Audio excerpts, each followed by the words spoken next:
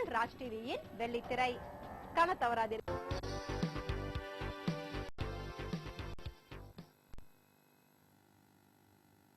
வணக்கம் நேயர்களே, மக்கள் மேடை நிகழ்ச்சிக்கு உங்களை அன்புடன் அழைப்பது உங்கள் ஆர். சுப்பிரமணியன். வாரந்தோறும் நாம் இந்த மக்கள் மேடை நிகழ்ச்சியில் மக்களின் பிரச்சனைகளோடு மட்டுமல்லாமல் பல்வேறு அரசியல் பிரச்சனைகளை பற்றியும் நாம் விவாதித்துக் கொண்டிருக்கிறோம். அரசியல் பிரபலங்கள், தொழில்நுட்ப நிபுணர்கள் என பல்வேறு தரப்பினரும் இந்த அரங்கிற்கு வந்து உங்களோடு கலந்து உங்களுடைய கருத்துக்களின் கேள்விகளுக்கும் பதிலளித்துக் கொண்டிருக்கும் இந்த நிகழ்ச்சியில் இன்று நாம் அலசப் போவது இலங்கையில் நடைபெறும் காமன்வெல்த் மாநாட்டில் இந்தியா பங்கேற்பது கூடாது என்ற கருத்து வலுத்துள்ள நிலையில் அதை பற்றி நம்மோடு அரங்கிற்கு வந்து பேசுவதற்கு கூடாது என்ற கருத்திலே நமது தமிழக வாழ்வுரிமை கட்சியின் சார்பில் அந்த கட்சியின் தலைவர் திரு வேல்முருகன் அவர்கள் நமது அரங்கிற்கு வந்திருக்கிறார். வருக என்கிறோம். வழக்கம் போல் தேசிய நீரோட்டத்தில் தமிழகம் என்று தனித்து பார்க்காமல் நாடு என்ற ஒட்டுமொத்த பார்வையில் ஈழப்பிரச்சனை அணுக வேண்டும் என்று ஆணைத்தரமாக கூறி வரும் காங்கிரஸ் கட்சியின் சார்பிலே அந்த கட்சியினுடைய மூத்த தலைவர் திரு அமெரிக்க நாராயணன் அவர்கள் வந்திருக்கிறார். அவர்களை வருக என வரவேற்கிறோம்.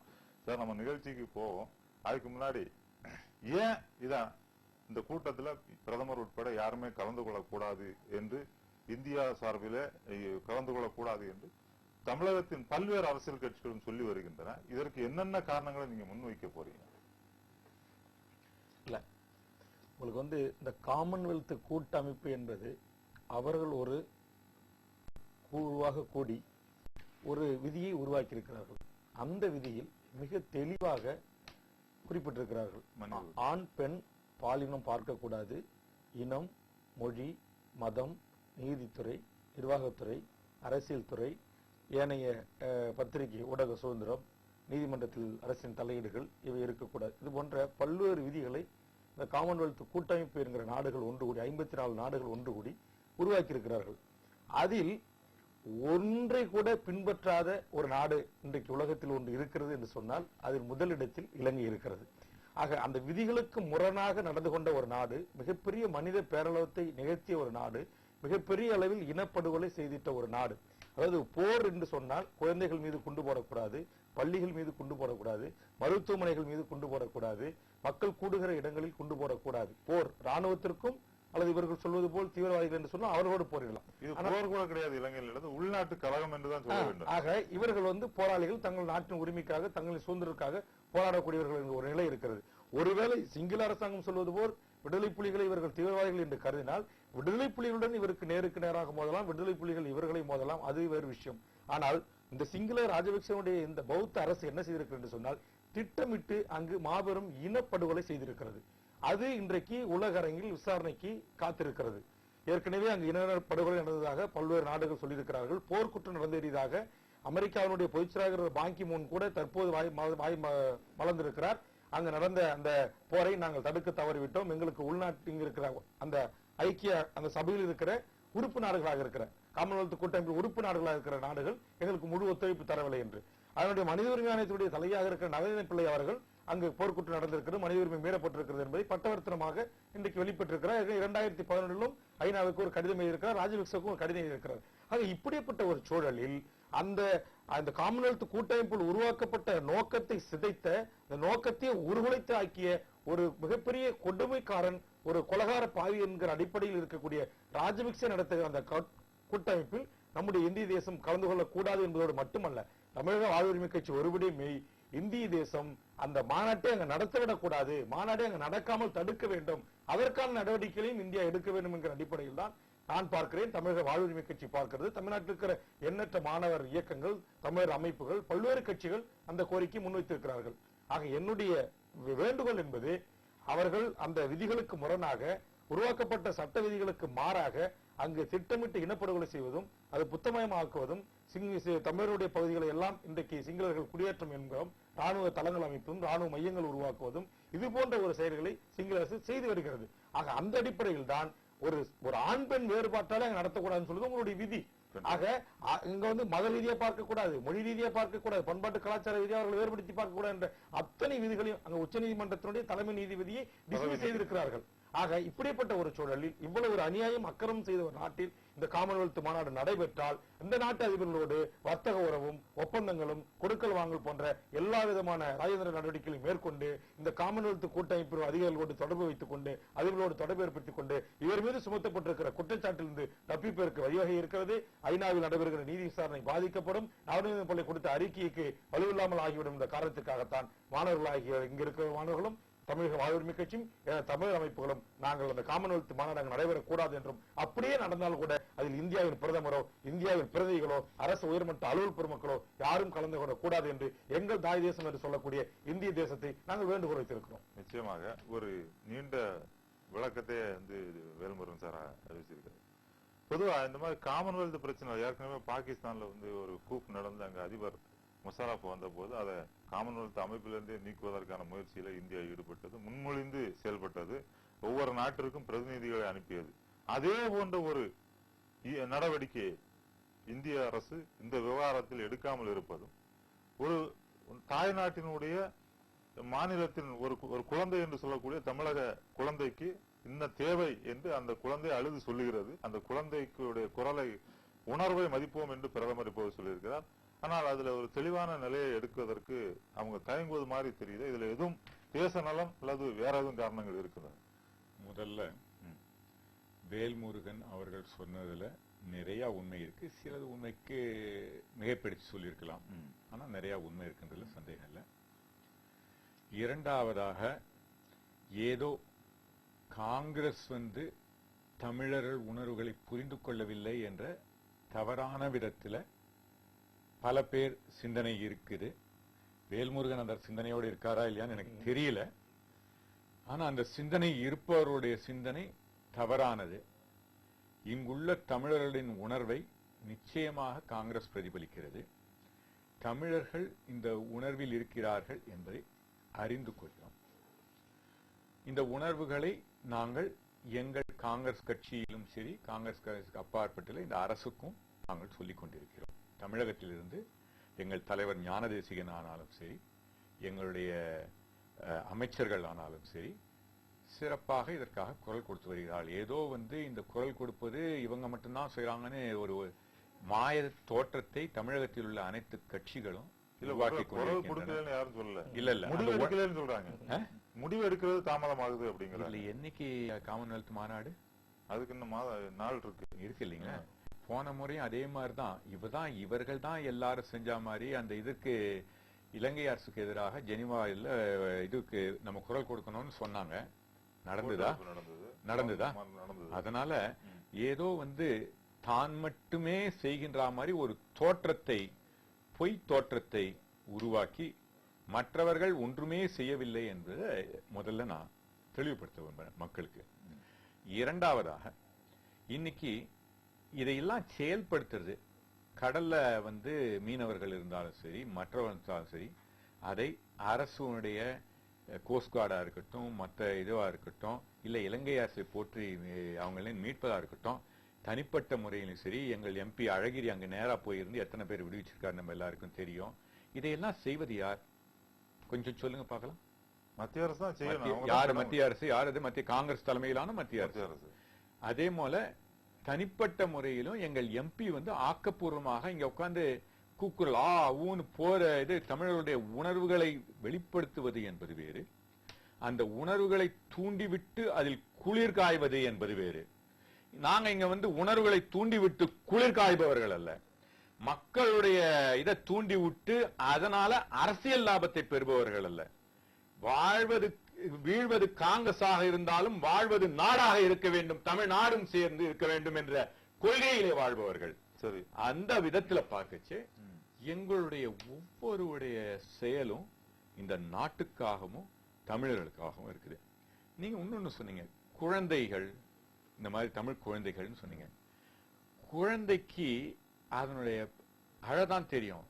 ஆனா சில நேரங்கள்ல குழந்தை அழுகையை புரிந்து கொள்ள வேண்டிய பொறுப்பு தகப்பனாருக்கு உண்டு, தாயாருக்கு உண்டு. அதே மாதிரி பொறுப்பில் உள்ளவர்களுக்கு எங்களுக்கு பொறுப்பு அதிகம். எடுத்தோம் கவிழ்த்தோன்னு உணர்வுகளை தூண்டிவிட்டு செயல்படுபவர்கள் அல்ல.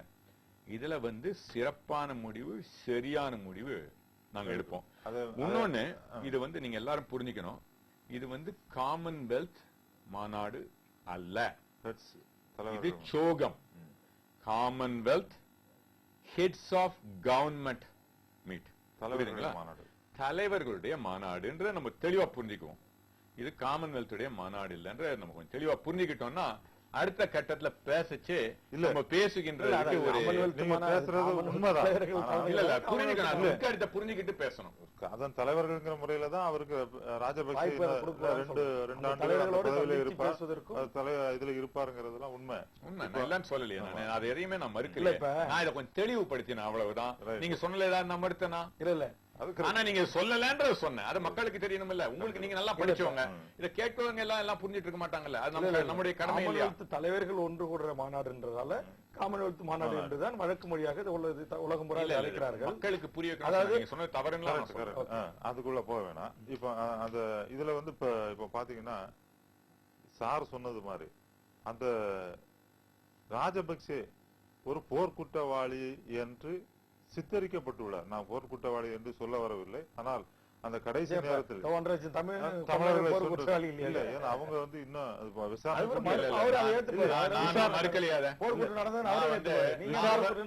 விசாரணை கூண்டில் ஏற்றப்படவில்லைன்னு சொல்றாங்க.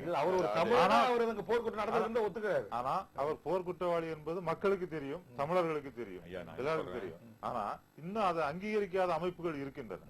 அதற்காக சொல்ல வந்தேன். ஏனென்றால் அதை அங்கீகரிக்காத அமைப்புகளால் தான் ஏற்கனவே காமன்வெல்த் போன்ற அமைப்புகள் ஏற்கனவே வந்து இலங்கையில் நடைபெறக்கூடிய அந்த இன மோதல்களை தடுத்து நிறுத்த வேண்டும் என்று குரல் கொடுத்தன. அதுல மறுக்க முடியாது. இங்கிலாந்துல இருந்து கூட குரல் கொடுத்தன. ஆனா இப்ப அந்த குரல் மங்குவதற்கு என்ன காரணம் நினைக்கிறேன்? இல்ல, அதுல என்ன ஒண்ணு, உங்களுக்கு வந்து நீங்க ஏற்கனவே முன்னாடி குறிப்பிட்டது போல கருப்பர் இன நீக்கிற மக்களை வேறுபடுத்தி பார்த்த ஒரே காரணத்திற்காக தென்னாப்பிரிக்காவை காமன்வெல்த் கூட்டமைப்புக்கு சேர்த்துக் கொள்ளாமல் ஒதுக்கி நீக்கி வைத்தது இதே கூட்டமைப்பு. இதுல இன்னும் ஒரு பெரிய விஷயம் சொல்ல வர, வரிசையா நான் சொல்ல வரேன். இதுல என்ன பெரிய வேடிக்கை என்னவென்று சொன்னால், இந்த காமன்வெல்த் கூட்டமைப்பு என்பது பிரிட்டிஷிடம் அடிமையாக இருந்த நாடுகள் ஒன்று சேர்ந்து உருவாக்கப்பட்டதுதான். அது உருவாக்கும் போது 1867 கனடா, தென்னாப்பிரிக்கா, நியூசிலாந்து, ஆஸ்திரேலியா இது போன்ற நாடுகள்லாம் இருந்திருக்கு. அடிமை நாடுகளின் கூட்டமைப்பு அந்த கூட்டமைப்பு உருவாக்கிய நாடே இப்படி ஒரு வேறுபாடோட நாங்க நடந்துகிட்டதுனால நாங்க உங்களை நீக்கிறோம்னு சொன்ன அந்த கூட்டமைப்பு நாடுகள். அதற்கு பிறகு நீங்க பாத்தீங்கன்னாக்கா காமன்வெல்த் இந்த விதிகள்லாம் உருவாக்கி இதெல்லாம் அந்த விதிகள்லாம் உருவாக்கி திருத்தம் செய்யறாங்க. சிங்கப்பூர்ல ஒரு முறை இதெல்லாம் இந்த விதிகள்லாம் ரொம்ப ஸ்ட்ராங்கா எல்லாம் உருவாக்கின பிறகு அதற்கு பிறகு ஒரு பிரச்சனையா கையில் எடுத்து இந்த கூட்டங்கள் கூடி ஆய்வு பண்றாங்க. அப்ப இடியமினுடைய ஆட்சி வந்து அது வந்து ஒரு சர்வதிகார ஆட்சி அப்படின்ற அடிப்படையில் 1977 இடியமினுடைய ஆட்சியை, கொடுங்கோல் ஆட்சியை காமன்வெல்த் கூட்டமைப்புல இருந்து அந்த நாட்டை நீக்கிறாங்க. அதுக்கு பிறகு பாத்தீங்கன்னாக்க நீங்க வந்து நைஜீரியாவில் ஒரு பத்திரிகையாளர் அவர் வந்து அங்க இருக்கிற எண்ணெய் வளங்களுக்காக போராடுகிறார். அதற்காக அவர் அந்த அரசு வந்து தூக்கிலிட்டுடுது. அப்ப தூக்கிலிட்ட காரணத்துக்காக 1995 ஆண்டு ஒரு பத்திரிகையாளர் தான் தூக்கிலிட்டு இருக்காங்க. ஒரு பத்திரிகையாளரை தூக்கிலிட்டதுக்காக நைஜீரியா அரசு 1995 ஆண்டு இதே காமன்வெல்த் கூட்டமைப்பில் இருந்த நாடு இதே அமைப்புகளால் ஒன்று கூடி நீக்கப்பட்டிருக்கிறது. இந்தியா வரவேற்றிருக்கிறது, ஆதரவு தெரிவித்திருக்கிறது. ஆனா இங்க இலங்கையில் நடமை எத்தனை பத்திரிகையாளர்கள் கொலை செய்யப்பட்டிருக்கிறார்கள், எத்தனை நாடாளுமன்ற உறுப்பினர் கொலை செய்யப்பட்டிருக்கிறார்கள், எத்தனை பத்திரிகையாளர் நாடு கடத்தப்பட்டிருக்கிறார்கள். அப்புறம் நீங்க அடுத்தது பாருங்க, அதே மாதிரி வீரகேசரி பத்திரிகை ஆசிரியர் வந்து எங்க போன வெள்ளவேன் எங்க தெரியல சொல்ல வராங்க. அதே மாதிரி முஷரப் நீங்க வந்து 1999 அவருடைய நாட்டுல அவர் ஒரு அதிபர் ராணுவ ஆட்சி பிடிக்கிறாரு. ஐயோ பாகிஸ்தான்ல ராணுவ வச்சு பிடிச்சாங்க, விடக்கூடாது இனிமேல் பாகிஸ்தான, அது மனித உரிமை மீறி நாடு, அது நீக்குங்க அப்படி இந்தியா தான் முயற்சி எடுத்தது. அதுக்கு இந்தியா சொன்ன காரணம் என்னன்னா, காமன்வெல்த் அஜெண்டாவினுடைய நோக்கத்தின் முதல் நோக்கமே அங்க ராணுவ ஆட்சி கூடாது. அவரை கூப்பிடல அந்த காமன்வெல்த். அடுத்தது நீங்க பாத்தீங்கன்னா அதுக்கு பிறகு அவர் இந்திரா காந்தி அம்மையார் அவசர பிரகடனம் கொண்டு வந்து நாட்டுக்கு நல்லதுன்னு சொல்றாங்க இன்னைக்கு காங்கிரஸ்காரங்க. அதே மாதிரி அவருடைய நாட்டுக்கு அது நல்லதுன்னு நினைச்சு அப்புறம் திரும்ப 2007 அவர் என்ன செஞ்சாரு, அவசர பிரகடனம் பண்றாரு. உடனே இந்தியா கூடுது. உடனே எல்லா காமன்வெல்த் நீங்க சொன்ன மாதிரி எல்லா தூதர்களை அனுப்பி, செக்ரட்டரிகளை அனுப்பி உடனே பாருங்கள் அங்க வந்து அவசர பிரகடனம் பண்றாரு, இதனால நமக்கு உலக அளவில் காமன்வெல்த் கூட்டமைப்பு நாடுகளுக்கு அவப்பேர் ஏற்படும், உடனே பாகிஸ்தான் நீக்குங்க அப்படின்னு 2007 ஒரு முறை நீக்கிறாங்க. 2000 விஜய் தீவுல அங்க ராணுவ ஆட்சியின் உடனே அதை காமன்வெல்த் கூட்டமைப்புல இருந்து இந்தியா முயற்சியில நீக்குது. 2002 மோசமான மனித உரிமை மீறல்களுக்காக ஜிம்பாப்வே நீக்கப்பட்டிருக்கு. இந்த நாடுகள் எல்லாம் நீக்கப்பட்டதில் மிகப்பெரிய பங்காற்றியது எங்கள் காந்திய தேசம், எங்கள் இந்திய தேசம். இந்த 50 ஆண்டு 65 ஆண்டுகள் சுதந்திர இந்தியாவில் 50 ஆண்டுகளுக்கு மேல இது நீக்கப்பட்ட காட்டங்கள் எல்லாம் இந்த நாட்டை ஆட்சி செய்த அரசு காங்கிரஸ் அரசு. ஆக எங்கேயோ ஒரு பத்திரிகையாளர் கொலை செய்யப்பட்டிருக்கு நீக்குவதற்கு குரல் கொடுத்த இந்தியா பல பத்திரிகையாளர்கள் கொலை செய்யப்பட்டும் நாடு கடத்தப்பட்டதுக்கு ஏன் கொடுக்கவில்லை அப்படி என்பது எங்கள் கேள்வி. அதோடு மட்டுமல்ல, ஏன் அவர்களுக்கு துணை போகிறது, ஏன் அவர்களை ஆதரிக்கிறது? என்றைக்காவது இந்தியாவின் பேச்சை இலங்கை மதித்திருக்கிறதா? என்னுடைய கேள்வி. இன்றைக்கு திரு ராஜீவ்காந்தி அவர்கள் போடப்பட்ட ஒப்பந்தத்தை மட்டும் நான் சொல்லவில்லை. இதற்கு முன்னே சேனநாயக்கா போட்ட ஒப்பந்தங்கள், தேவத்னா போட்ட ஒப்பந்தங்கள், ஆக எந்த ஒப்பந்தங்களையும் மதிக்காமல் தூக்கி குப்பைக்கூடையில் வீசுகிற ஒரு சுண்டக்கா நாடு ஒரு இலங்கை தேசம். இவ்வளவு பெரிய 120 கோடி மக்களை உள்ளடக்கிய இவ்வளவு பெரிய தேசத்தின் கண்ணில் விரல்விட்டு ஆட்டிக்கொண்டு நம்முடைய இந்திய நாட்டின் குடிமக்களாக இருக்கிற 7 கோடி தமிழ் மக்களின் தொப்புள் கொடி உறவுகளாக இருக்கிற எம் ஈழ உறவுகளை கொன்று குவித்த ஒரு கொடியவனை ஏன் நாம் தொடர்ந்து ஆதரிக்க வேண்டும் என்பதுதான் என்னுடைய கேள்வி. கேள்வி என்ன சார் பதில்? நல்லாதான் கேள்வி கேட்டாரு. முதல்ல தெளிவா இல்ல, அவரோட கேள்வி என்னோட ஒரு சின்ன கேள்வி. கேட்டு முடிங்க. எனக்கு உங்க கேள்விகளுக்கு பதில் சொல்லத்தான் நான் இருக்கேன். எனக்கு ஒண்ணு நான் அவசரமா இல்ல அவர் சொன்ன உணர்ச்சிகள் படல, மக்களுடைய உணர்ச்சிகளை நாங்க தூண்டல. உண்மையை மட்டும் நாங்க சொல்றோம். உணர்ச்சி இல்ல என்று சொன்னால் மக்களே இல்ல, மனிதனே இல்ல. ஆனா இல்ல, உணர்ச்சிகள் உணர்ச்சி அவசியம் இல்ல. இது இந்தியா ஜனநாயக நாடு, அதை யாரும் தூண்டி விட வேண்டிய அவசியமே இல்ல. நான் பேசி முடிச்சிடலாமா? நீங்க பேசின பிறகு நிறைய பேசுங்க, அவசரம் இல்ல. இந்த இந்தியாவுடைய கருத்து ஸ்ட்ராங்கா ஒலிக்கல. ஏன்னா இந்தியாவை அவமதிக்கிறாரு அப்படின்னு சொன்ன போது பல சம்பவங்கள் அவர் சொல்லியிருக்காரு. இன்னொன்னு அது முக்கியமானது, ராஜீவ்காந்தி ஸ்ரீலங்கா போன போது ஒரு காவலர் அடித்த சம்பவம். அதை கூட இந்தியா ரொம்ப சாதாரணமா தான் எடுத்துக்கொண்டது. பெருசா ஒண்ணு இலங்கை நம்ம இது பண்ணல. அது மாதிரி இலங்கைக்கு இந்தியா அமைதிப்படை சென்ற போது கூட இந்தியாவை மிரட்டினார் அப்போதைய அதிபர் ஜெயவர்தனை. அதெல்லாம் உங்களுக்கு ஞாபகம் இருக்குன்னு நினைக்கிறேன். அந்த மாதிரி விஷயத்துல ஒரு பாகிஸ்தான் மீது போர் தொடுக்க முடிஞ்சது, ஒரு தனி நாடு பங்களாதேஷை உருவாக்க முடிந்தது, இந்தியா ஒரு வல்லரசு போல செயல்பட்ட விஷயத்தில் இந்த தமிழர் பிரச்சனையில் மட்டும் அமைதியாக ஒரு ஸ்பீடான ஆக்டிவிட்டி இல்லையே அப்படிங்கிற ஒரு எதிர்பார்ப்பு இருக்கு. அதாவது இதை ஹிஸ்டாரிக்கலா பார்க்கலாம், இல்ல எதிர்காலத்தை நோக்கி பார்க்கலாம். 2 விதமாவும் பார்ப்போம். ஹிஸ்டரியை போய் பார்க்கச்சே நீங்க சொன்னீங்க நம்ம பெங்காலதேஷை கிரியேட் பண்ணோம், பாகிஸ்தான் மூலம் இதை எடுத்தோன்னு. ஆனா நீங்களே நல்லா பாயிண்ட் அவுட் பண்ணீங்க, ராஜீவ் காந்தியே அடிச்சாங்க, அதை கூட பெருசாட்டல. ஆனா எப்போ இலங்கை மேல ஒரு போர் விமானம் அனுப்பினோம் தெரியுமா? மனித உரிமை மீறல்களுக்கு இல்ல, முக்கியமாக அங்குள்ள இலங்கையில் உள்ள தமிழர்களுக்கு உணவு பொட்டலத்தை கொண்டு போய் நம்ம ராணுவ இது மூலம் போட்டோம். நம்மளுடைய இதை பண்ண முடியும், எதை பண்ண முடியும். அதாவது எங்க தலைவரும் சரி, காங்கிரசும் சரி, இந்திய பிரதமராக இருந்த போது ஒருவரை அடித்ததற்கு கூட நம்ம ராணுவத்தை அனுப்பல, இது பண்ணல. ஆனா அங்குள்ள தமிழன் ஒருத்தனுக்கு உணவு இல்லைன்னுச்சே ராணுவத்தை அனுப்பினோம். நம்ம தெளிவா புரிஞ்சுக்கிறோம். தமிழர்கள் உணர்வுகளை புரிந்து கொண்ட காங்கிரஸ் அரசு பாருங்க. நீங்க பேச நான் வரல, சொல்லுங்க. ஏன் உங்களுக்கு எங்க மேல குத்தம் சாட்டுறதுக்கு தான் எங்களை கூட்டிருக்கீங்கன்னா சொல்லுங்க, நான் கேட்டுக்கிறேன். பதில் சொல்றதுக்கு எங்க கடமை இருக்கு. ஆனா உங்க பேசிட்டு நீங்க 2 பேரும் பேசுனீங்க, அதுக்கு நீங்க நான் திரும்ப விடைப்பட்டு பேசினீங்க. நான் ஒண்ணும் இல்லையா, அப்ப ஏன் நீங்க என்ன குறுக்கிடுறீங்க? பேசுங்க. நீங்க ஒண்ணு புரிஞ்சுக்கணும், மக்கள் கிட்ட எங்க செய்திய நீங்க எல்லாருமே ஒரு கூடி ஏதோ காங்கிரஸ் மட்டும் தான் இதை செய்கிறது அப்படின்ற தனிமைப்படுத்த பாக்குறீங்க. அது மக்கள் புரிஞ்சுக்கிட்டு இருக்காங்க. நாங்க தனிமைப்படுத்தல சார், மக்கள் தான் தனிமைப்படுத்த முடியல. அவரே இல்ல நீங்க பண்ண பாக்குறீங்க. நான் சொல்லி தனிமைப்படுத்தப்பட்டோம் நான் சொல்லலையே, நீங்களா தனிமைப்படுத்த முடியும்னு நினைச்சுக்கிட்டு இருக்கீங்க. இந்த கனவு நினைவாகாதுன்றத நான் தெளிவுபடுத்த விரும்புறேன். நாடாளுமன்ற போறோம். நீங்க சொல்ற மாதிரி ஒரே ஒரு எம்எல்ஏ கூட இல்லாத ஆளுங்க நீங்க இவ்வளவு பேசிட்டு இந்த நாட்டையே நாங்க மெஜாரிட்டியாக பல வருடங்கள் தொடர்ந்து நாங்க ஆணவத்தோட பேசுறதுல உங்களை மாதிரி நாங்க அடக்கத்தோடு சொல்றோம். மக்கள் எங்களை தோற்கடித்தாலும் எங்களுக்கு அதை பத்தி இல்ல. மக்களின் குரல், மகேசனின் குரல் நாங்க ஒத்துக்கிற ஆளு, ஜனநாயகத்தை இந்த நாட்டை நிலைநாட்டாளு.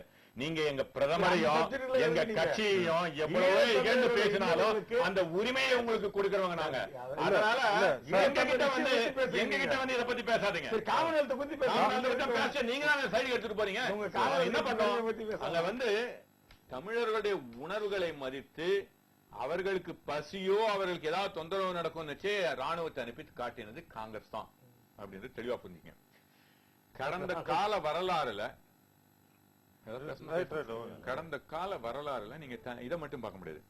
இதற்கு நடந்ததுக்கு அங்க இலங்கைக்கு ஆதரவாக இந்திரா காந்தி அவர்கள் தான் முதல்ல அங்க இது பண்ணாங்க. அதுக்கப்புறம் ராஜீவ் காந்தி பண்ணாங்க. இதுல நடுவுல இருந்த எல்டிடி இங்கு உண்ட வீட்டுக்கு இரண்டகம் பண்ணதால எல்டிடி இந்த நாட்டுல பல தமிழர்களை, அவர்களை சேர்ந்த தமிழர்களையும் கொன்று, நம் நாட்டிலேயே ராஜீவ் காந்தி இருக்கச்சே பல தமிழர்கள் இறந்து, ராஜீவ் காந்தியை கொன்ற பிறகு இந்த நிலைப்பாடு எல்டிடியை பற்றி நிலைப்பாடு வேறு. அவங்க உள்நாட்டு பிரச்சனைகள் எல்டிடி இருக்குச்சு, எல்டிடி குழந்தைகளை முன்னிறுத்தி பண்ணாங்கன்றதும் உண்மை. இங்க ராஜபக்சே எவ்வளவுக்கு எவ்வளவு ஒரு போர் குற்றவாளியோ அதே போல எல்டிடியும் குற்றவாளி என்பதை நாம் எல்லாரும் அறிவோம். அந்த உலக ஐநா நாட்டு ஐநாவுடைய அறிவிக்கிறது. ஒரு ஆதாரத்தோட சொல்லணும், நீங்க புலிகள் எங்கேயாச்சும் ஒரு குழந்தையை அதை பத்தி நான் சொல்லலைங்க. அது ஐநாவுடைய அறிக்கையை படிச்சு ஐயா நீங்க சொல்லுங்க. இல்ல நான் முதல்ல உங்களை கேக்குறேன், நீங்க படிச்சிருப்பீங்க. ஒரே ஒரு நிமிஷம், ஐநா அறிக்கையில சொல்லிருக்கா இல்லீங்களா? இல்ல, அவர்களும் தவறு செய்வார்கள், அது ஓகே. ஐநா அறிக்கையில என்ன சொல்லிருக்கேன்னா, பொதுமக்களை கேடயமாக பயன்படுத்தினார்கள் என்ற வார்த்தையை எடுத்துக்குவோம். நான் பின்வாங்கிக்கிறேன். பொதுமக்களை கேடயமாக பயன்படுத்தினாங்கன்னு சொல்றாரு அவரு. ஒத்துக்கிட்டீங்களா? ரைட், ரொம்ப சந்தோஷம். அவர் சொல்றாரு பொதுமக்கள் அவங்க பாதுகாப்பு போய் பாருங்க. ஒண்ணு தயவு செய்து உண்மைகளை ஒத்துக்கொள்ளுங்க. அதுக்குள்ள இதை பத்தி கேட்கறவங்களுக்கு முழு செய்தியும் தரதான் நம்மளுடைய வேலை. நமக்கு பின்னணியும் தரது வேலை. நமக்கு இருக்க நேரம் கம்மி. நீங்க உங்க கருத்தை வேகமா சொன்னாதான் நிறைய பேச முடியும். அதுக்காக வேகமா சொன்னி அவங்க புரியாம போயிடக்கூடாது. அதெல்லாம் அப்படின்னா எப்படி புரியும்? சொல்லுங்க. சரி, இதனால இன்னைக்கு நம்மளுடைய எதிர்காலத்துல என்ன வேணும்? கடந்த காலத்துல ராஜபக்சே அவர் சொல்றாரு, உண்மைதான், ராஜபக்சே போர் குற்றவாளின்றதுல நான் உண்மையா நான் நம்புறேன். தமிழர்கள் என்னுடைய உணர்வு எனக்கு மட்டும் கையில ஆயுதம் இருந்தா அது நடக்கிறது வேற, அது வேற விஷயம். ஆனா உணர்வுக்கு நன்றி, அதே நீங்க நன்றி சொல்ல வேணாம். ஏன்னா என்னுடைய தொப்புளுறவும் அதுதான். இப்ப உங்களுக்கு நான் இவருக்கு நன்றி சொல்றேன், நீங்க தான் உங்களுடைய தொப்புளுறவு. ஏன் நம்ம வீட்டுக்கு உடம்பு என்ன பிறந்த வீட்டு பெருமை உடம்பு இருந்தான்னு சொல்லல. எனக்கு எந்த விதமான நன்றியும் வேணாம். நானும் அந்த உணர்வுகள் தான். உங்களுடைய நன்றியை பார்த்தையில என்னுடைய உணர்வு எப்படி உங்களுக்கு உணர்வு இருக்கோ அந்த உணர்வுகளையும் நானும் நம்ம எல்லாருக்குமே நன்றி சொல்லிக் கொள்வோம். அதை அப்படி சொல்லுங்க. இரண்டாவது மட்டும் எப்படி பிரிக்கிறீங்க? நீங்க தான் சொன்னேன், உங்களுக்கு நமக்கு நாமே நன்றி சொல்லிக் கொள்ளலாம். ரைட். இரண்டாவது விஷயமாக இன்னைக்கு என்ன வேணும்? அங்க அப்பாவி தமிழர்கள் இருக்காங்க. கடந்தவையாக இருந்தாலும் அவர் தண்டிக்கப்பட வேண்டியவர் எந்த விதமான சூழ்நிலை. இதை நான் எடுத்துட்டு தண்டிக்க வேணாம், அவரை பாதுகாப்பது நம்முடைய வேலை அல்ல, அது அவசியமும் இல்லை. ஆனா இப்ப நம்ம நடக்கிறது என்ன? இதுல நடக்க வேண்டியது இன்னொன்னு சொன்னாங்க, நான் உணர்வுகளை தூண்டி விடுறேன்னு சொல்றேன், நான் உங்களை குற்றம் சாட்டுறேன். நான் தமிழ் மக்களே, தமிழ்ல இருக்க அரசியல்வாதிகள் எதிர்கட்சிகளை குற்றம் சாட்டுறேன். அவர் சொன்னாரு, இல்லைங்க நீங்க எப்படிங்க உணர்ச்சிகள் தூண்டி விடுறேன்னு. ஒரு எடுத்துக்காட்டு சொல்ல விரும்புறேன். திரு மோடி அவர்கள் கோத்ரால ஒரு இது எரிக்கப்பட்டது, ரயில் எரிக்கப்பட்டது. அந்த ரயில் எரிச்ச உடனே தப்பு தான், அது யாரை எரிச்சாலும் தப்பு தான், யாரை எரிச்சாலும் தப்பு தான். ஆனா அப்ப என்ன பண்ணிருக்கணும், அதை எடுத்துட்டு போய் ஒவ்வொரு கிராமத்திலையும் கொண்டு வச்சாங்க. 3 நாள் அகமதாபாத்ல நடுவுல அந்த பணத்தை வச்சிருந்தாங்க, எரித்தவர்களை வச்சிருந்தாங்க. ஒவ்வொரு பகுதியா பார்த்து எரிச்சிட்டாங்க, பாத்தீங்களா எரிச்சிட்டாங்க பாக்கலாம். 3 நாளா ஊர்வம் பிரச்சாரம் பண்ணாங்க. அப்புறம் கலவரம் வந்தது. அது தூண்டி விடப்பட்டதா இல்ல அது உணர்வுகளை பிரதிபலிப்பதா? கொஞ்சம் சொல்லுங்க பாக்கலாம். சொல்லுங்க. இல்ல நான் கேட்ட கேள்வி அவசியம் இருக்கு. அது உணர்வு தூண்டி இல்ல. நான் சொல்றேன், காங்கிரஸ் பிஜேபி இல்லைங்க, இதே பிரச்சனை தான் சொல்றேன். நீங்க உணர்வுகளை தூண்டி விடுவதற்கும் உணர்வுகளை பிரதிபலிப்பதற்கும் வித்தியாசம் இருக்கு. நீங்க என்ன பண்றீங்க, அங்க இருக்க மக்களை பார்த்து போய் உண்ணாவிரதம் இருங்க, அங்க பாத்து எல்லாம் இதாடிங்க அதடிங்க. அங்க இருக்க மக்களை என்ன சொல்றாங்க? அங்க இருக்க மக்கள், ஐயா எங்களுக்கு பிரச்சனை இருந்தது, இன்னைக்கு இருக்கு. ஆனா இன்னைக்கு நாங்க உங்களுக்கு நீங்க நல்லா சாப்பிட்டுட்டு இருக்கீங்க, கார்ல போறீங்க, ஏசில இருக்கீங்க, இந்தியால எல்லா விதமான சுதந்திரம் இருக்கு. எனக்கு வாழ்வாதார பிரச்சனை, அங்க இருக்க உங்களுக்கு இன்னைக்கு வாழ்வாதார பிரச்சனை. அதற்கு உதவி செய்யுங்க. நாங்க அவங்க தேர்ந்தெடுக்கப்பட்ட ஒரு முதல் மந்திரி சொல்றாரு, 75% ஓட்டு வாங்கினவர் சொல்றாரு. என்ன சொல்றாரு? எங்களுக்கும் இலங்கைக்கும் உள்ள பிரச்சனையை நாங்க தீர்க்கிறோம். கணவன் மனைவிக்குள்ள இருக்கு. பக்கத்து வீட்டுக்கார நீ ஏன்டா எங்களை எனக்கு உதவி செய், ஆனா ஏன்டா இந்த மாதிரி அரசியல் பண்றேன்னு அவர் கேட்டாரா இல்லையா? துப்பாக்கி நெத்தியில வச்சிட்டு அப்படிதான். துப்பாக்கி யாரும் நெத்தியில சிங்கள அரசாங்கத்தினுடைய நடந்தது. இங்க இருந்து எல்லாரும் போய் உலக நாடுகள் போய் அங்க இருந்த தேர்தல் உண்மையா நடந்தது அப்படின்னு சொன்னாங்க. தயவு செஞ்சு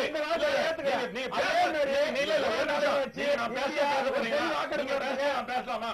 நான் இல்ல, இல்ல, நான் கேட்ட கேள்வி முதல்ல சொல்லுங்க. இல்ல, நான் பேசி முடிக்கச்சே தயவு செய்து குறுக்கிடாதீங்க. தமிழ் சரி, நீங்க பேசணுமா நான் பேசணுமா? நீங்க பேசுறீங்களா? நீங்க பேசுங்க. அவன் பேச முடியுங்க, நான் பேசுறேன், நான் சொல்லியா? நீங்க தயவு செய்து- தேர்தல்ல அவர் ஒரு ஆள் சொல்றத வச்சு நீங்க சொல்றீங்க. யாரு ஜெயிச்சவர் முதல் மந்திரி? ஜெயிச்சவர் யாரு? முதல் அவர் மந்திரி ஜெயிக்க வச்சது யாரு? மக்களால அவர் ஜெயிக்க தேர்ந்தெடுக்கப்பட்ட வச்சது மக்களால பத்தி நீங்க தமிழீழ சொல்றாரு. தேசிய கூட்டமைப்பு என்று சொல்லக்கூடிய தமிழீழ தேசிய தலைவர் பிரபாகரன் அவர்களால் உருவாக்கப்பட்ட பிரபாகரன் அவர்களால் வட்டுக்கோட்டை தீர்மானத்தில் உருவாக்கப்பட்ட பிரபாகரன் அல்ல, அந்த தமிழக அமைப்பு தேசிய தலைவர்கள் எத்தனை பேர் பிரபாகரன் கொண்டாரு? ஏன் அதை இங்க கொண்டு வரீங்க இப்போ? நீங்க பிரபாகரன் பேசணும்னு சொன்னீங்க. இல்ல, அவரால் உருவாக்கப்பட்ட கூட்டணி அமைப்பு இல்ல, கிடையாது. கையை நீட்டி பேசினா என்னாலயும் கையை நீட்டி உங்களை பார்த்து சொல்ல முடியும். நீங்க இப்ப நான் சொல்றத பாயிண்ட் புரியுங்க. புரியுங்க. Right.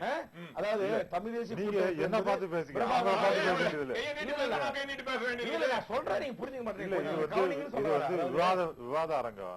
நான் உணர்ச்சி விவாதத்துக்கு தான் வந்திருக்கேன். உணர்ச்சி வசப்பட அது வேண்டியது. உணர்ச்சி அது வந்து வசப்பட நான் வரல. தமிழ் நீங்கள் உணர்ச்சிகளை தூண்டலாம், உணர்ச்சியை அடக்குபவர்கள் நாங்கள். விக்னேஸ்வரன் என்பவர் தேர்தலில் போட்டியிட்டது தமிழ் தேசிய கூட்டமைப்பின் சார்பாக போட்டியிட்டார்.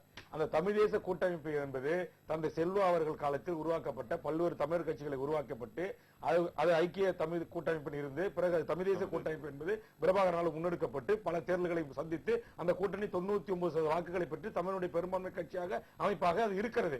அந்த கட்சி இன்றைக்கு இலங்கையில் இருக்க சூழ்நிலையின் அடிப்படையில் இந்தியாவின் அழுத்தத்தின் அடிப்படையில் அங்கு ராணுவம் 5 பேருக்கு ஒரு ராணுவம் இருக்கிறான். அன்னைக்கு தமிழ் பகுதிகள் முழுக்க இன்னைக்கு சிங்களமயமாக்கப்பட்டு வருகிறது. புத்தகார் கோயில்கள் அமைக்கப்பட்டு வருகின்றன. அங்க புத்த பீச்சுகள் வந்து அங்க சிங்கள மதத்தை பதைத்துக் கொண்டிருக்கிறார்கள். ஆக அங்கு எந்த நேரத்தில் தன் வீட்டில் குண்டு விடும், எந்த நேரத்தில் தாம் வெள்ளையானில் கடத்தப்படுவோம், எப்போது நாம் சர்ச்சையை விட்டு தொகுதி விட்டு வெளியே கொண்டு சுட்டு படுகொலை செய்யப்படுவோம் நிலை இருக்கிறார்கள். 5க்கு மேற்பட்ட நாடாளுமன்ற உறுப்பினர்கள் நாடாளுமன்ற வாசலில் சுட்டு கொலை செய்யப்பட்டிருக்கிறார்கள். ஆலய வழிபாட்டு கலைஞர்களை சென்று விட்டு விருதுகளுக்கு சென்று விட்டு வருகின்ற இடத்தில் சுட்டு கொலை செய்யப்பட்டிருக்கிறார்கள். இவ்வளவு ஒரு அநியாயம் மக்கள் இன்னும் நடந்து கொண்டிருக்கிற ஒரு சூழலில் அவர் இல்ல எங்கள் ஒற்றை திரு தனித்தமிழ் தான் என்று எப்படி விக்னேஸ்வரன் வாயிலிருந்து பேச முடியும்? பேச முடியாது சார். அவருக்கு இருக்க சூழல் அப்படி. அவர் AK-47 கண்மண் இருக்கிறாரு, துப்பாக்கி மண்ணில் இருக்கிறாரு. எந்த நேரத்தில் அவர் உயிர் போவனே தெரியாது. இதே ஏற்கனவே ராஜீவ்காந்தி அவர்களால் உருவாக்கப்பட்ட கடந்த காலத்தில் உருவாக்கப்பட்ட வரதராஜ பெருமாள் முதலமைச்சராக என்ன செஞ்சாரு? என்னுடைய உட்காரத்துக்கு எனக்கு ஒரு சேருக்கு நான் வந்து அந்த நாட்டுடைய அதிபர்கிட்ட மனு போட கொடுக்கிறேன் அப்படின்னு சொன்னாரு. அதனால இலங்கையில் நடந்திருப்பது மனித உரிமை மீறல், இனப்படுகொலை, போர்க்குற்றம். இப்படிப்பட்ட ஒரு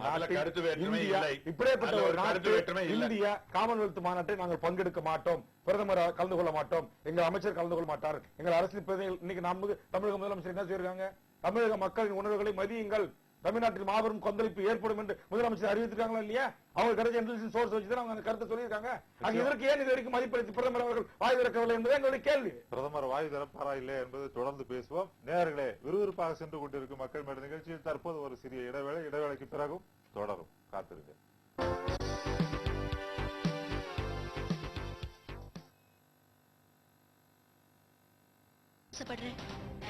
ஒரு வெளிநாளைக்கு நீங்க அமெரிக்காவுக்கு வரதா இருந்தா அங்க வந்து என்ன மாதிரி ட்ரெஸ் பண்ணிப்பீங்க? ஆதித்யா, அந்த பொண்ணுக்கு புரிய வை. எந்த இடத்துல எனக்கோ இல்ல என் பேச்சுக்கோ மரியாதை இல்லையோ அதுக்கப்புறம் நான் என்னோட சுயரூபத்தை அங்க காட்ட வேண்டி வரும். இன்று இரவு 8:01 உங்கள் ராஜ் டிவியில் திங்கள் முதல் வெள்ளி வரை இரவு 7 மணிக்கு சிந்து பைரவி, இரவு 7:30 மண் வாசனை, இரவு 8:01 கருத்தம்மா, இரவு 8:30 பாமா விஜயம், இரவு 9 மணிக்கு நிலவே மலரே. உங்கள் ராஜ் டிவியில் காணத் தவறாதீர்கள்.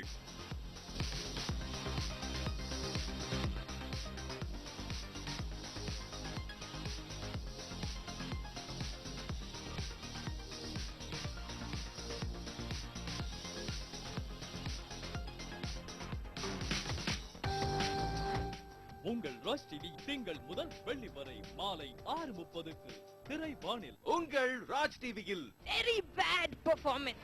ப்ராப்பர்ட்டி ரவுண்ட்ல எதுவுமே யூஸ் பண்ணல உண்மையா. If they are number 10, you are number 2.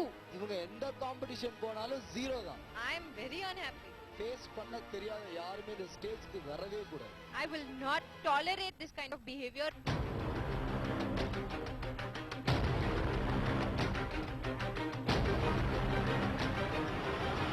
சனி மற்றும் ஞாயிற்றுக்கிழமைகளில் இரவு 9:30 மணிக்கு காணத் தவறாதீர்கள்.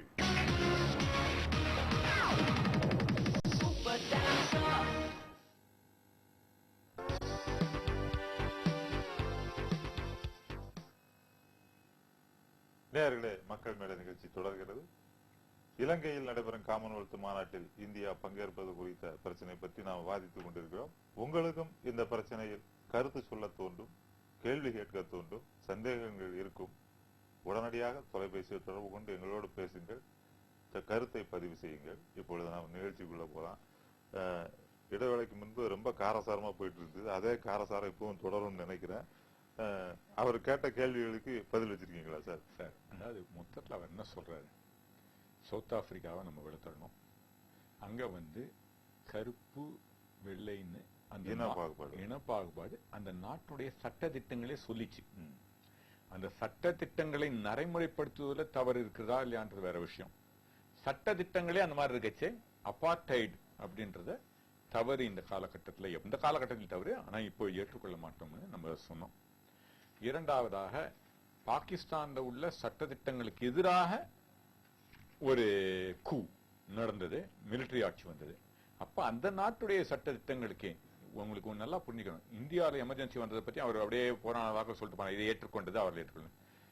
எமர்ஜென்சி நான் வந்து இது பண்ண விரும்பல, அதுதான் சரின்னு நான் சொல்லல. அதுல பல நல்லதும் நடந்திருக்கு. தமிழ்நாட்டில் எமர்ஜென்சிக்கு பிறகு காங்கிரஸ் பெரிய அளவு வெற்றி பெற்றதுன்னு நம்ம புரிஞ்சுக்கணும். ஆனா எமர்ஜென்சியில செய்தது எல்லாம் சட்ட திட்டங்களுக்கு உட்பட்டு தான் செய்யப்பட்டதுன்றதை நம்ம புரிஞ்சுக்கணும். But let's not get into that. Constitutionally இருக்கு. ஆமா, கான்ஸ்டிடியூஷன்ல அது மாதிரி கான்ஸ்டிடியூஷன் பிரகாரம் தான் செஞ்சாங்க. அதனால I'm not getting into that. ஆனா இந்த மாதிரி ஒவ்வொரு இதுலயும் அது சேர்த்து அந்த நாட்டினுடைய சட்ட திட்டங்களுக்கே அது இருந்ததுன்றது ஒரு காரணம். இன்னைக்கு தவறோ சரியோங்க, ராஜபக்சே அந்த நாட்டுல தேர்ந்தெடுக்கப்பட்ட ஒரு அதிபர், அதை நம்ம புரிஞ்சுக்கணும். அதனால இது அதாவது பேரலல் இருக்கு. அதாவது நீங்க சொல்லலாம் இது வந்து அந்த மாதிரி இனவாதம் நடந்தது, கொலை நடந்திருக்கு, அதெல்லாம் நான் மறுக்கல. ஆனா சில அது அப்படியே நீங்க வந்து, அதாவது சட்டம்ன்றது ஒண்ணு, தர்மம்ன்றது ஒண்ணு. தர்மப்படி அவர் சொல்றது ரைட்டு, சட்டப்படி அவர் சொல்றது சரியில்லை. ஆனா தர்மம் வைக்கணும்னு நான் ஒத்துக்கிறேன். அதை நாங்க வைக்கலன்னு சொல்லல. கலைஞர் அவர்கள் லெட்டர் எழுதியிருக்காரு, அதுக்கு இவரும் பதில் போட்டிருக்காரு, எங்க பிரதமரும் பதில் போட்டிருக்காரு. மறுபடியும் இதுல சொல்றேன், இது வந்து ஹெட்ஸ் ஆஃப் கவர்மெண்ட். ஒரு இவர் போகலன்னாலே, தலைவர் போகலன்னா அந்த இது வந்து நம்மளுடைய ரெப்ரசன்டேஷன் இல்லைன்றது தான் அர்த்தம். அதுல யார் யார் போலான்னு ஒண்ணு, தலைவர், அவருடைய மனைவி, அப்புறம் அவங்க அந்த இதுல வந்து உட்கார்ந்து பேச அவங்க தான் உட்கார்ந்து பேச முடியும். President or prime minister, right, and then they also talk about இது யார் அந்த இதுல அனுமதிக்கிறாங்கன்னு போச்சு. அதிகாரிகள்லாம் அந்த இதுல உட்கார்ந்து பேச முடியாது. அதெல்லாம் ரொம்ப தெளிவா போட்டிருக்காங்க. சோ அதுல வந்து நம்ம போகலன்னாலே, யார் ஒரு தலைவர் போகலன்னாலே it's a major setback for them நம்ம தெளிவா புரிஞ்சுக்கணும்.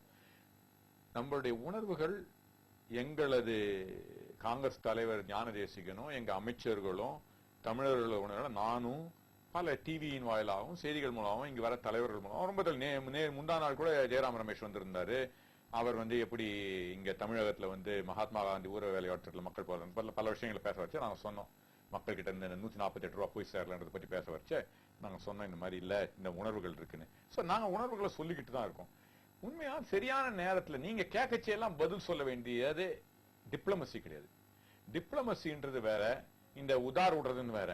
கடையில உட்காந்துக்கிட்டு, கடை தெருல உட்காந்துக்கிட்டு போய் கொஞ்சம் இதுவா சரியான நிலையில் இல்லாதவன் பேசுறதுக்கும், ஒரு பொறுப்புள்ள ஒரு போலீஸ் அதிகாரி பேசுறதுக்கும், இல்ல ஒரு அந்த மாவட்ட தலைவர் பேசுறதுக்கும் வித்தியாசம் உண்டு.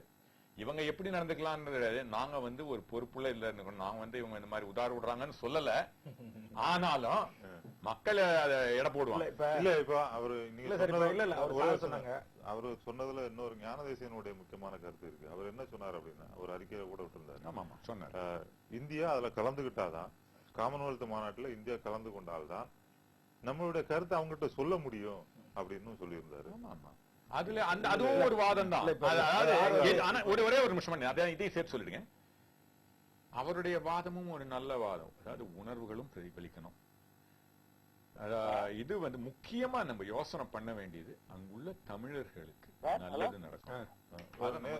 ஒரு நேர்காது. வணக்கம்.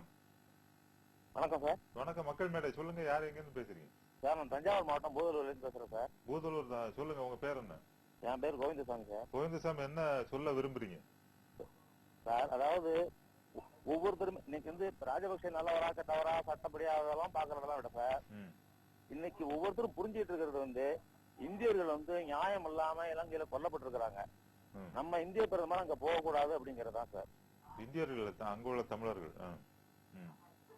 இந்த இதுதான் சார் உணர்வு ஒவ்வொருத்தருக்கும். கரெக்ட். உங்க உணர்வு அதான் பிரதமரும் சொல்லியிருக்காரு, உங்களுடைய உணர்வுகளை பிரதிபலிப்போம் சொல்லியிருக்காரு. உங்க கருத்துக்கு நன்றி. வேற எதுவும் கருத்து வச்சிருக்கீங்களா? நன்றி. இப்போ சார் வந்து சட்ட பிரகாரம் அங்க நடக்குது, சட்ட ஆட்சி நடக்குது, அதிபர் அப்படின்னு சொன்னார். இங்க முதல்ல தமிழர்களுக்கும் சிங்களவர்களுக்குமான முரண் எங்கு வருகிறது, சிங்கள அரசுக்கும் தமிழர்களுக்குமான முரண் எங்கு வருகிறது சொன்னால், இரண்டாம் தர குடிமகன். அதாவது 1948 ஆட்சிக்கு வந்த சில மாதங்களிலேயே சிங்கள பேரினவாத அரசு 10 லட்சம் நம்முடைய தமிழர்களை, மலையக தமிழர்களை வெளியேற்றுகிறார்கள், ஓட்டுரிமை பறிக்கிறார்கள். அங்கு தொடங்குகிறது.